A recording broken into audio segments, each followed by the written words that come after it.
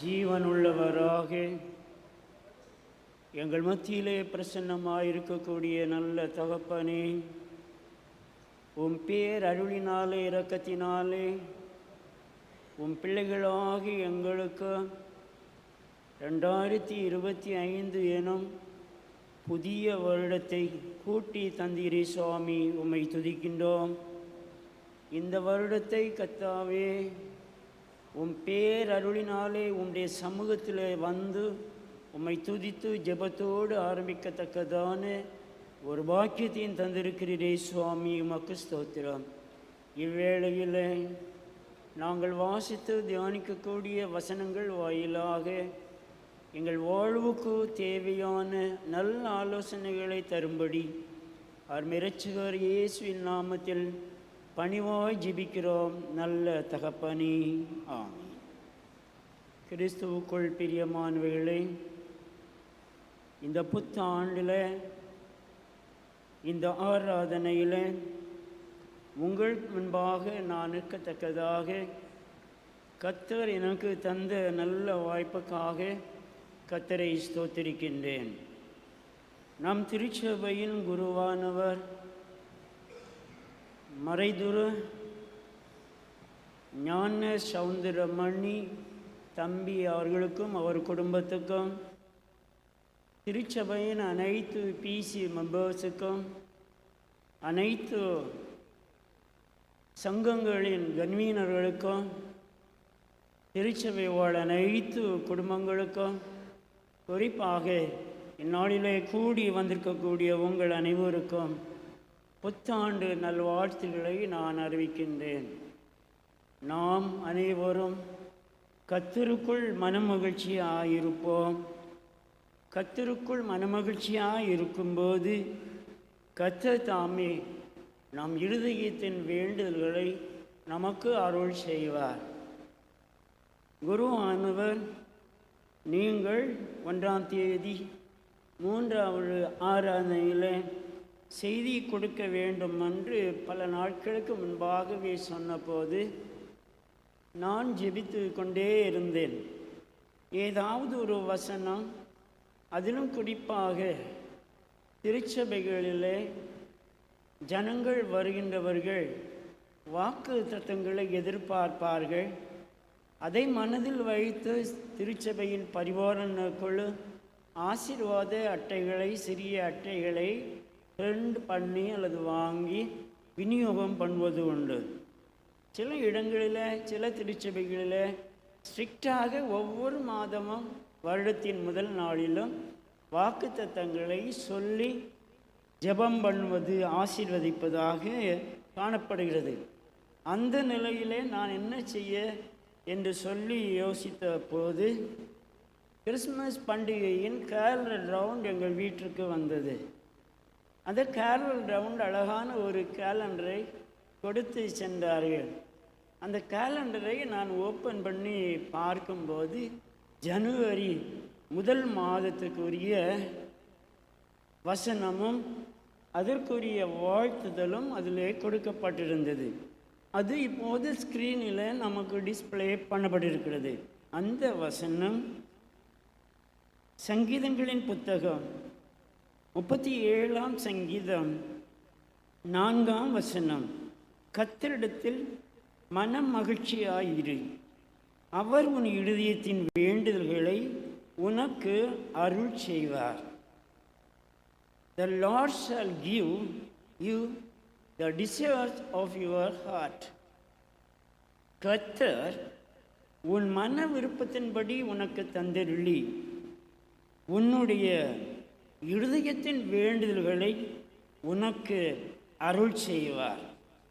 இதே போன்ற வசனம் தாவீது ராஜா இன்னொரு இடத்திலே சொல்லுகின்றார். சங்கீதம் 20:4ஆம் வசனத்திலே அவர் உனது மனவிருப்பத்தின்படி உமக்கு தந்தருளி உமது ஆலோசனைகளை எல்லாம் நிறைவேற்றுவாராக. May he grant you according to your heart's desire என்பதாக சொல்லப்பட்டிருக்கிறது. ஆக நாம் ஒவ்வொருவரும் கர்த்தருக்குள் மனமகிழ்ச்சியாக இருக்க வேண்டும், மகிழ்ச்சியாக இருக்க வேண்டும்.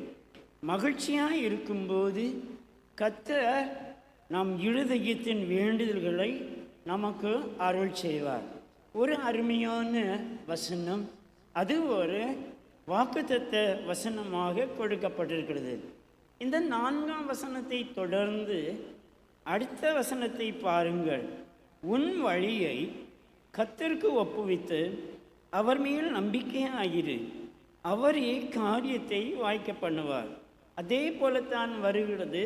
ஆனால் அதிலே ஒரு நிபந்தனை போடப்பட்டிருக்கிறது.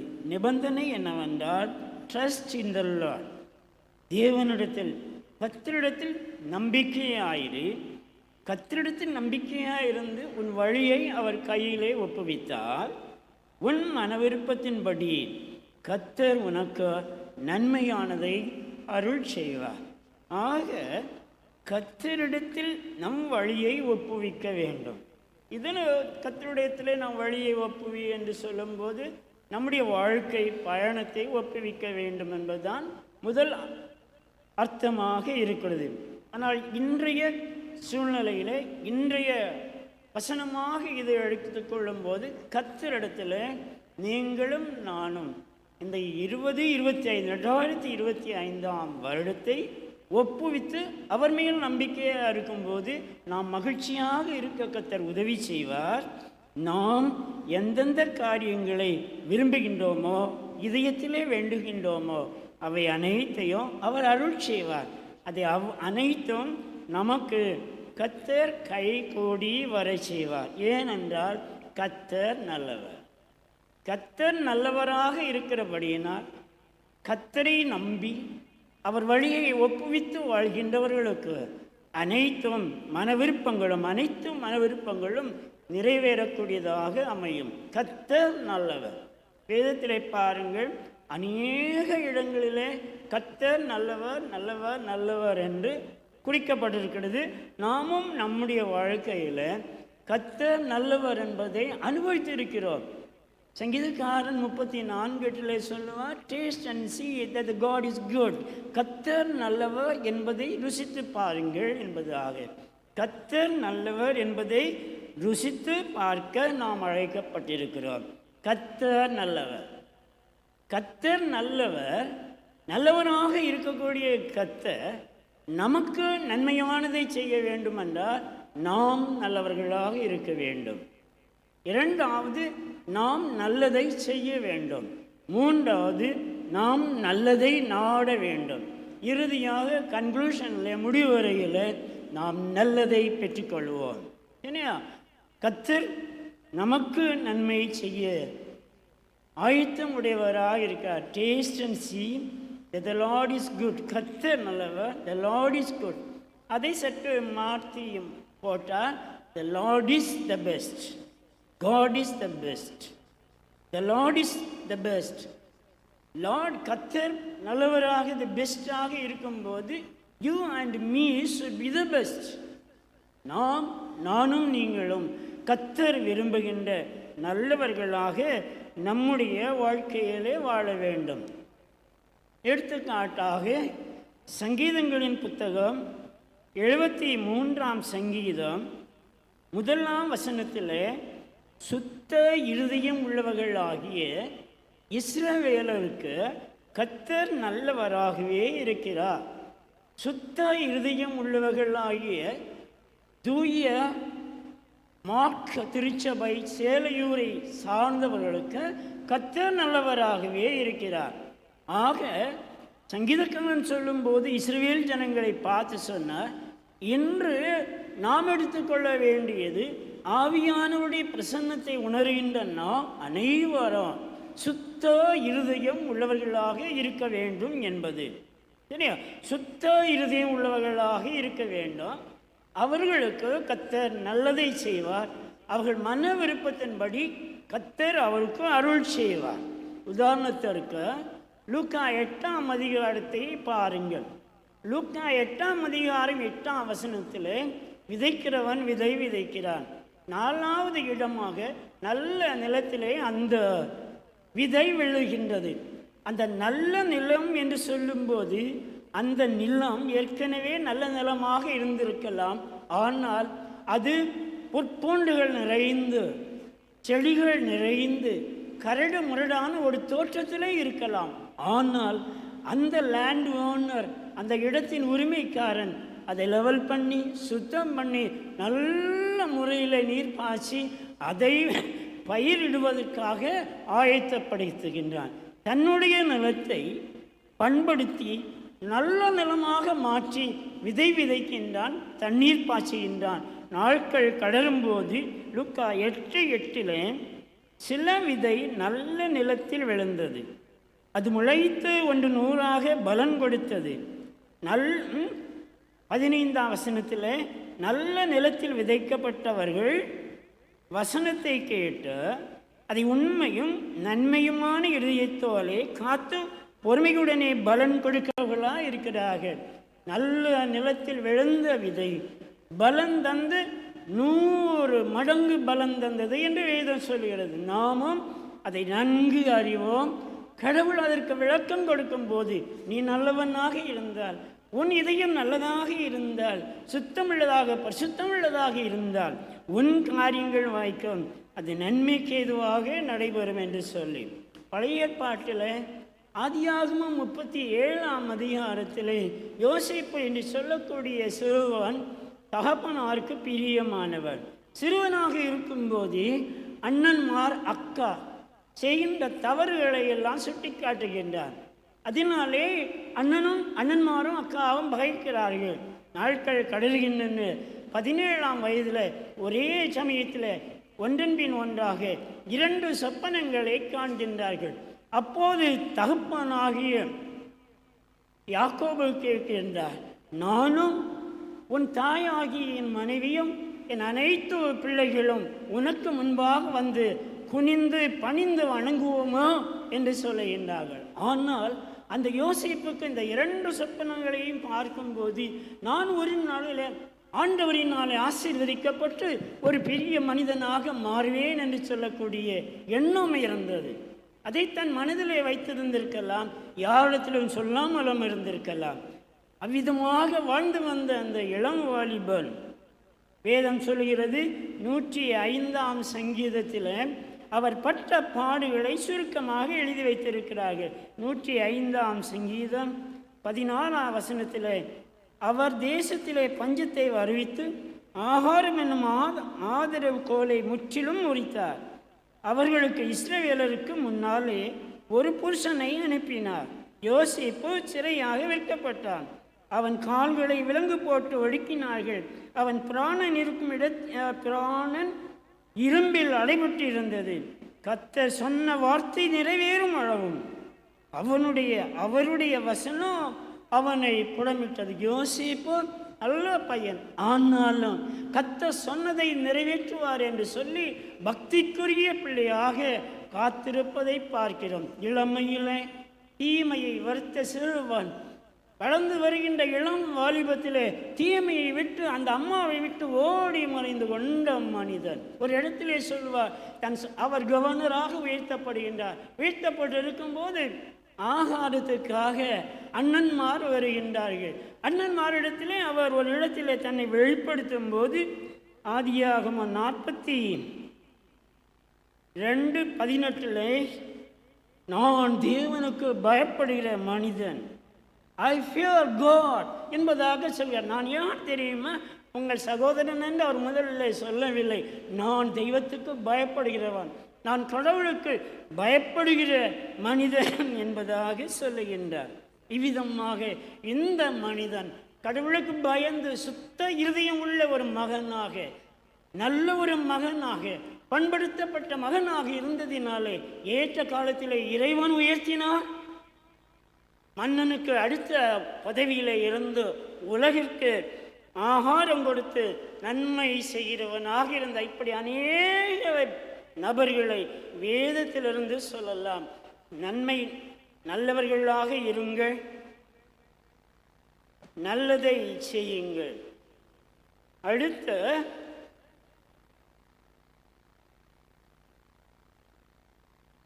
நல்லவர்களாக இருந்து நல்லதை செய்யக்கூடிய நாம் நல்லதை செய்யுங்கள். யோவான் 3 யோவான் 11 டூ த பெஸ்ட் என்று எழுதப்பட்டிருக்கிறது. பிரியமானவனே, பிரியமானவளே, நீ தீமையானதை பின்பற்றாமல் நன்மையானதை பின்பற்று. நன்மை செய்கிறவன் தேவனால் உண்டாயிருக்கிறான். நீ நன்மையை செய், நீ நன்மையை பின்பற்ற, ஏனென்றால் நீ தேவனால் உண்டாயிருக்கிறாய். அன்றியும் நன்மை செய்யவும் தான தர்மம் பண்ணவும் மறவாதிருங்கள். இப்படிப்பட்ட பலிகளின் மேல் தேவன் பிரியமாயிருக்கிறார். எபிரேயர் 13:14. நீதிமொழிகள் 3:27 சொல்லுவார், நன்மை செய்யும்படி உனக்கு திராணி இருக்கும்போது அதை செய்ய தகவலுக்கு செய்யாமல் இராதே, நன்மை செய், நன்மை செய் என்பதாக மகனே மகளே ஆண்டவர் நம்மை பார்த்து சொல்லுகின்றார். யாக்கோபு நிருபத்திலே சொல்லுவார், 4 அதிகாரம் 17 ஆதலால் ஒருவன் நன்மை செய்ய அறிந்திருந்தும் அதை செய்யாமல் போனால் அது அவனுக்கு, சொல்லுங்க முடிங்க பாப்பா வசனத்தை. ஒருவன் நன்மை செய்ய அறிந்திருந்தும் வாய்ப்பு இருந்தும் வசதி இருந்தும் அதை செய்யாமல் போனால் அது அவனுக்கு பாவமா. எவ்வளவு ஸ்ட்ராங்கான உறுதியான ஏன்னா நம்மை உணர்த்துகின்ற ஒரு வசனமாக காணப்படுகிறது. உதாரணமாக சுவிசேஷத்திலே 3 அதிகாரங்களிலே ஒரு நிகழ்ச்சி வரும், ஒரு கதை ஆண்டவர் சொல்லுகின்றார். வாலிபன் ஒருவன் வந்து இயேசுவிடத்தில், நல்ல போதகரே, நித்திய ஜீவனை நாம் பெற்றுக்கொள்வதற்கு, நித்திய ஜீவனை அடைவதற்கு நான் எந்த நன்மையை செய்ய வேண்டும் என்று கேட்கின்றார். சரியா? அப்போது ஆண்டவர் கேட்கின்றார், இந்தந்த கற்பனைகளை எல்லாம் கை கொள்ளுவாயா என்று. அப்போது அந்த வாலிப சகோதரன் சொல்லுகின்றான், நான் சிறு வயதிலிருந்தே இந்த கட்டளைகளை எல்லாம் ரொம்ப ரொம்ப கண்டிப்பாக செய்து வருகிறேன் என்று சொன்னார்.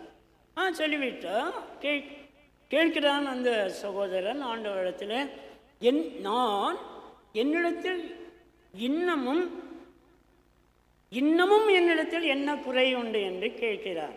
அப்போது இயேசு சொல்கின்றார், செல்வம் நிறைந்த செழிப்பான குடும்பத்தில் வாழ்கின்ற அந்த வாலிபனை பார்த்து உனக்கு உள்ளதை விற்று தரித்திரருக்கு கொடு என்று சொல்கிறார். நீ ஏழைகளுக்கு நன்மை செய், அப்போது பரலோகத்தில் உனக்கு மேன்மை உண்டாயிருக்கும். பரலோக ராஜ்யத்தை நீ பெற்றுக்கொள்ள வேண்டும். நீ நித்திய ஜீவனை, நீ பரலோக ராஜ்யத்தை பெற்றுக்கொள்ள வேண்டும் என்றால் இல்லாதவர்களுக்கு கொடு, இயலாதவர்களுக்கு கொடு, ஏழைகளுக்கு கொடு, அப்போது நீ நித்திய ஜீவனை பெற்றுக்கொள்வாய் என்பதாக அழகாக்க சொல்கிறார். என்ன ஒரு சம்பவத்தில் எனக்கு பிறன் யார் என்று ஒருவர் கேட்கின்றார். இயேசு சொல்கின்றார், அந்த சமாரியாவுக்கு போகின்ற வழியில் அந்த வியாபாரியை அடித்து உதைத்து அவனை காயப்படுத்தி குற்றுயிராக விட்டுவிட்டு அவனிடத்தில் இருந்த பொக்கிஷங்கள் அனைத்தையும் களவாடி சென்று விட்டார்கள். ஆனால் அவனோ தெரு ஓரத்திலே உயிருக்காக போராடி கொண்டிருக்கின்றான். ஒரு ஆசாரியர் செல்கின்றான், ஒரு லேவியன் செல்கின்றான், கண்டுகொள்ளவே இல்லை. போதிக்கின்ற தலைவர்கள், போதிக்கின்ற ஊழியக்காரர்கள், போதகர்கள் கடந்து செல்கின்றார்கள். போதகர்களுக்கு இணையாக இருந்து பணிவிடை செய்கின்றவர்கள், திருப்பணிவிடை செய்கின்றவர்களா கடந்து செல்கின்றார்கள், கண்டுகொள்ளவே இல்லை. ஆனால் அந்த வழியாக அந்நியன் ஒருவன் சொல்லுகின்றான், அவனை சமாரியன் என்று சொல்லுகின்றார்கள். நாம் அந்த மனிதனை நல்ல சமாரியன் என்று சொல்கின்றோம். வாய்ப்பு இருந்தும் வசதி இருந்தும் அதையே சத்தியத்தையே போதிக்கின்ற அந்த நபர்கள் அவர்கள் உதவி செய்யவில்லை. வேதம் சொல்லுகின்றது, மீகா 6:8, மனுஷனே நன்மை இன்னதென்று உனக்கு மனுஷனே நன்மை இன்னதென்று அவர் உனக்கு அறிவித்திருக்கிறார், நியாயம் செய்து இரக்கத்தை சிநேகி என்பதாக சொல்கின்றார். இதை போதிக்கின்ற நான் நன்மையை நாடி வருகின்ற ஒரு நபருக்கு, நன்மை தேடி வருகிற ஒரு நபருக்கு, இயலாத ஒரு நமக்கு என்னால் இயன்றதை செய்யாமல் இருந்தால் நான் ஊழியனாக இருந்து என்ன பிரயோஜனம்? என்னை நானே கேட்கின்றேன். அதே போல சத்தியத்தை அறிந்தவர்களே, வேதத்தை நன்கு அறிந்தவர்களே, நன்மை செய்ய உங்களுக்கு வாய்ப்பு இருந்தும் நன்மை செய்ய உங்களுக்கு ஞானம் இருந்தும், நன்மை செய்வதற்கு வசதி இருந்தும், வாய்ப்பு இருந்தும், அந்த வாய்ப்பை தவறவிட்டார் இயேசு வருந்துவார். வருந்துகின்ற இயேசு ஒருவேளை இந்த வசனத்துகளிலே நான் சொல்வது போல செயல்படவும் செய்யலாம். எனவே நாம் ஞானம் உள்ளவர்களாக இருந்து நாம் நல்ல சமாரியனை போல அந்த வாலிபனை போல நல்ல சமாரியனை போல இருக்க வேண்டும். அந்த வாலிபனை போல அல்ல. கர்த்தர் தந்த நன்மைகளுக்காக கர்த்தரை ஸ்தோத்திரித்த அந்த நன்மைகளில் நம்மால் இயன்றதை ஏழைகளுக்கு, இல்லாதவர்களுக்கு, இயலாதவர்களுக்கு கொடுக்கும்போது, உற்சாகமாக கொடுக்கும்போது தேவன் சந்தோஷப்படுவார். நாம் எதை விரும்புகிறோமோ அதை இறைவன் நமக்கு தந்து நம்மை ஆசீர்வதிக்கிறவராய் இருக்கிறார். கடைசியாக நாம் நல்லவர்களாக இருக்க வேண்டும், நல்லதை செய்ய வேண்டும், நாம் நல்லதை நாட வேண்டும். Seek the best. ஒரு வசனம் இருக்கிறது, எஸ்தரின் புத்தகம் கடைசி வசனம், கடைசி பகுதி. மொர்தெகாய் தன் ஜனங்களுடைய நன்மையை நாடி தன் குலத்தாருக்கெல்லாம் சமாதானம் உண்டாக பேசுகிற மனிதனாய் இருந்தார். இந்த மொர்தெகாய் was seeking the good of his people and speaking peace to all his kindreds. அந்த பாருங்கள், he was seeking the good of his people. அந்த மொர்தெகாய் தன் ஜனங்களுடைய நன்மையை நாடுகிறவனாக இருக்கின்றான். நன்மை பல விதத்திலே சொல்ல முடியும், விளக்குவதற்கு சமயம் போதாது. நன்மையை நாடுகின்ற, நன்மையை பிறருக்கு நன்மை செய்கின்ற, பிறருக்கு நன்மையை கொடுக்கின்றவர்களாக இருக்கிறோம். ஒருவன் நோய்பட்டு இருக்கிறான், ஒருவன் மரண இரண்டில் பள்ளத்தாக்கில் இருக்கிறான், ஒருவன் மரண கண்ணீரில் இருக்கிறான். அவனுக்காக அட்லீஸ்ட் ஒரு ஜெபம் பண்ணுகிறோமா? நம்மை விட்டு சில பேர் கடந்த ஆண்டில் 2024ஆம் ஆண்டில் கடந்து சென்றார்களை மனதிலே வைத்து இருக்கின்றோமா? அவர்களுக்கு கடந்த கிறிஸ்துமஸ் பண்டிகையும் இந்த பண்டிகை நாளும் எப்படிப்பட்டது என்று நாம் சிந்தித்து பார்த்தோமா? அவர்களை சென்று சந்திக்க ஒருவேளை இயலாமல் இருக்கலாம். அந்த குடும்பங்களுக்காக, அந்த நபர்களுக்காக நாம் ஜெபம் பண்ணுகிறோமா? ஜெபிப்பதே பெரிய நன்மையாக இருந்து, எந்த பாவியாக இருந்தாலும், எந்த அநியாயக்காரனாக இருந்தாலும், இயேசு சுவாமியை பார்த்து ஜெபம் பண்ணுகின்ற வேளையில் ஜெபத்தை கேட்கிற கர்த்தர் அந்த ஜெபத்திற்கு பதில் செய்து எந்த நபர்களுடைய கண்ணீர் துடைக்க நம் ஜெபம் தேவைப்படுகிறதோ, நன்மையாக அந்த ஜெபம் தேவைப்படுகிறதோ, அதன் மூலமாக கர்த்தர் இறங்குகிறவராக இருக்கிறார். பிறருடைய நன்மையை நாடினார் இந்த மொர்தெகாய். நாம் பிறருடைய நன்மையை நாட வேண்டும். பாருங்கள், அப்போஸ்தலர் நடபடிகள் 16ஆம் அதிகாரத்தில் சிறைச்சாலை கதவுகள் திறக்கின்றன. திடீரென சிறைச்சாலை வார்டன் விழித்து பார்க்கின்றார். கதவுகள் எல்லாம் திறந்திருக்கிறது. பயப்படுகின்றார். பயப்படுகிற அந்த நபர் தன்னை கொலை செய்து கொள்ள முற்படுகின்றார். He was about to kill himself. அந்த வேளையில் உள்ளே இருந்து பவுலும் சீலாவும், சகோதரனே உனக்கு எந்த தீங்கும் செய்யாதே, நாங்கள் எல்லோரும் இங்கே உள்ளே தான் இருக்கிறோம் என்று சொல்லுகின்றார். அப்போது அந்த வார்டன் ஆஃப் த ஜெயில் கேட்கின்றார், நான் ரட்சிக்கப்படுவதற்கு என்ன செய்ய வேண்டும் என்று சொல்லி. பவுலடியார் என்ன சொல்கிறார்? கர்த்தராகிய இயேசு கிறிஸ்துவை விசுவாசி, அப்போது நீயும் உன் வீட்டாரோ ரட்சிக்கப்படுவீர்கள். அதன் கருத்து என்ன? அந்த சூழ்நிலைய கருத்து என்ன? இந்த வார்டன் அந்த ஜெயிலே உள்ள அந்த கைதிகளை சரியாக கவனிக்கவில்லை. அவன் சரியாக கவனிக்காதபடி தூங்கினதினாலே எல்லாரும் தப்பித்து விட்டார்கள். எனவே மன்னன் அவர்களை, அந்த வார்டனை கொண்டு விடுவார், குடும்பத்தையுமே அழித்து விடுவார். அவ்வளவுக்கு சட்டத்திட்டங்கள் அன்று ரோம அரசிலே காணப்பட்டது. எனவே பயப்படுகின்றார். தான் தண்டிக்கப்படுவேனே, நான் அழிக்கப்படுவேனே, என்ன செய்வேன், இதிலிருந்து எப்படி விடுதலை பெறுவேன் என்று சொல்லுகின்றார். அது முதலாவது டைரக்ட் மீனிங்காக காணப்படுகிறது. அதன் உள்ளே அடங்கி இருக்கக்கூடிய ஆன்மீக தன்மை என்ன? நான் ரட்சிக்கப்படுவதற்கு, நான் பாவத்திலிருந்து விடுதலை பெறுவதற்கு என்ன செய்ய வேண்டும்? தவிடை தின்னு கொண்டிருந்த அந்த மகன் இந்த கஷ்டத்திலிருந்து, பாவத்தினாலே வந்த வந்த இந்த கான்சிக்வன்சஸில் இருந்து, இந்த விளைவுகளிலிருந்து எப்படி நான் விடுவிக்க முடியும் என்று சொல்லி அவன் எண்ணும் போது தன் தந்தையின் வீட்டை நினைக்கின்றான், மனதை தீர்மானிக்கின்றான். இறைவனே, நான் உமக்கு விரோதமாகவும் என் தகப்பனுக்கு விரோதமாகவும் நான் பாவம் செய்திருக்கிறேன் என்று சொல்லி ஒரு உணர்வை பெற்றுக் கொள்கின்றான். அந்த உணர்வோடு திரும்பி வரும்போது தந்தை ஓடி வருகிறார். தந்தை கட்டிப்பிடித்துக் கொள்கின்றார். சொல்லுகின்றான், தகப்பனே, பரத்துக்கு விரோதமாகவும் உமக்கு முன்பாகவும் மகன் என்று சொல்வதற்கு தகுதி கிடையாது. உன் வேலைக்காரரில் ஒருவனாக என்னை வைத்துக் கொள்ளுமே என்று சொன்னார். ரட்சிப்பின் அனுபவத்தை பெற்றுக் கொண்டார். சரியா?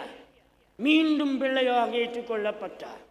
பிரியமானவர்களே, நாம் இன்று முதலாம் தேதியில் கடவுளுடைய சன்னிதானத்திலே வந்திருக்கிறோம். கர்த்தர் நல்லவர், அதை மறக்கவே மறக்கக்கூடாது. கர்த்தர் நல்லவர். நல்லவராக இருக்கக்கூடிய கர்த்தர் நன்மையானதை செய்ய சித்தம் உடையவராக இருக்கிறார். அவர் நம் இருதயத்தின் வேண்டுதல்களை நமக்கு அருள் செய்வேன் என்று வாக்கு தந்திருக்கிறார். என் இருதயத்தின் வேண்டுதல்களை, உங்கள் ஒவ்வொருடைய இருதயத்தின் வேண்டுதல்களையும் நிறைவேற்ற வேண்டும் என்றால் நல்லவராகிய கர்த்தர் உங்களையும் என்னையும் பார்த்து, நீ நல்லவனாக இருக்கிறாயா, நீ நல்லவளாக இருக்கிறாயா என்று கேட்கிறார். நீ நல்லதை செய்கிறாயா, நீ நல்லதை செய்கிறாய் என்று உன்னையும் என்னையும் பார்த்து கேட்கின்றார். நீ நல்லதை நாடுகின்றாயா, எதை நாடுகிறார்? தேவன் சொன்னார், இயேசு கரெக்டாக டைரக்டாக சொன்னார், முதலாவது தேவனுடைய ராஜ்யத்தையும் நீதியும் தேடுங்கள், அப்போது இவைகள் எல்லாம் உங்களுக்கு கூட கொடுக்கப்படும் என்று. எனவே தேவனுடைய ராஜ்யத்தையும் நீதியும் தேடுகிற நாம் கர்த்தருக்கு உகந்த ஜனமாக, கர்த்தருக்கு பிரியமானவர்களாக ஜீவிப்போம். நிச்சயமாக கர்த்தர் நமக்கு நன்மை செய்வார். இறுதியாக வாசிக்க கேட்ட லூக்காவில் தெருவோரமாக எரிகோ போகும் வழியில் குருடன் ஒருவன் இருக்கின்றார். என்ன சத்தம் என்று கேட்கிறார். இயேசு என்று சொல்லக்கூடிய ஒருவர் சென்று கொண்டிருக்கிறார் சொல்லுகின்றார். அப்போது இவர், இயேசுவே, தாவீதின் குமாரனே, எனக்கு இறங்கும் என்று கேட்கின்றார். தடுக்கின்றார்கள். ஆனால் அந்த தடையும் மீறி தாவீதின் குமாரனே எனக்கு இறங்கும் என்று சொல்லி பலமாக சத்தமிடுகிறார். அந்த சத்தம் இயேசுவை நிற்க பண்ணுகிறது. அவர் அருகிலே வருகிறார். நான் உனக்கு என்ன செய்ய வேண்டும் என்று இருக்கிறாய். வசனம் அப்படிதான் சொல்கிறது. லூக்கா 18ஆம் அதிகாரத்தின் கடைசியிலே பாருங்கள். நான் உனக்கு என்ன செய்ய வேண்டும் என்று இருக்கிறார் சொல்லுகின்றான். ஐயா, நான் பார்வையடைய வேண்டும். உன் விசுவாசம் உன்னை ரட்சித்தது. முதல்ல சொன்னேன், கர்த்தரிடத்தில் மனமகிழ்ச்சியாயிரு, அவர் உன் இருதயத்தின் வேண்டுதல்களை உனக்கு அருள் செய்வார். அடுத்த வசனத்தில், கர்த்தரிடத்தில் உன் வழியை ஒப்புவித்து அவரிடத்தில் நம்பிக்கையாயிரு, அப்போது அவர் காரியத்தை வாய்க்க பண்ணுவார். இந்த புதிய வருடத்தில் என்னென்ன காரியம் வாய்க்க வேண்டும் என்று சொல்லி வாஞ்சிக்கிறோமோ, பழைய வருடத்திலே பழைய காலங்களில் நடைபெறாத காரியங்கள் இந்த புதிய வருடத்திலாகவும் நடக்காதா என்று சொல்லி வாஞ்சிக்கிற நம்மை பார்த்து சொல்கிறார், கர்த்தரிடத்தில் நீ நம்பிக்கையாரு, கர்த்தரிடத்தில் மனமகிழ்ச்சியாரு. கர்த்தரை நம்பினார். இந்த கண் தெரியாத இந்த சகோதரன் விசுவாசத்தோடு போராடி கேட்கிறான். முதல் கூப்பிடுகிறான், இல்லை, தடை வருகிறது. அந்த தடையை மீறி சத்தமிட்டு கெஞ்சுகிறான்.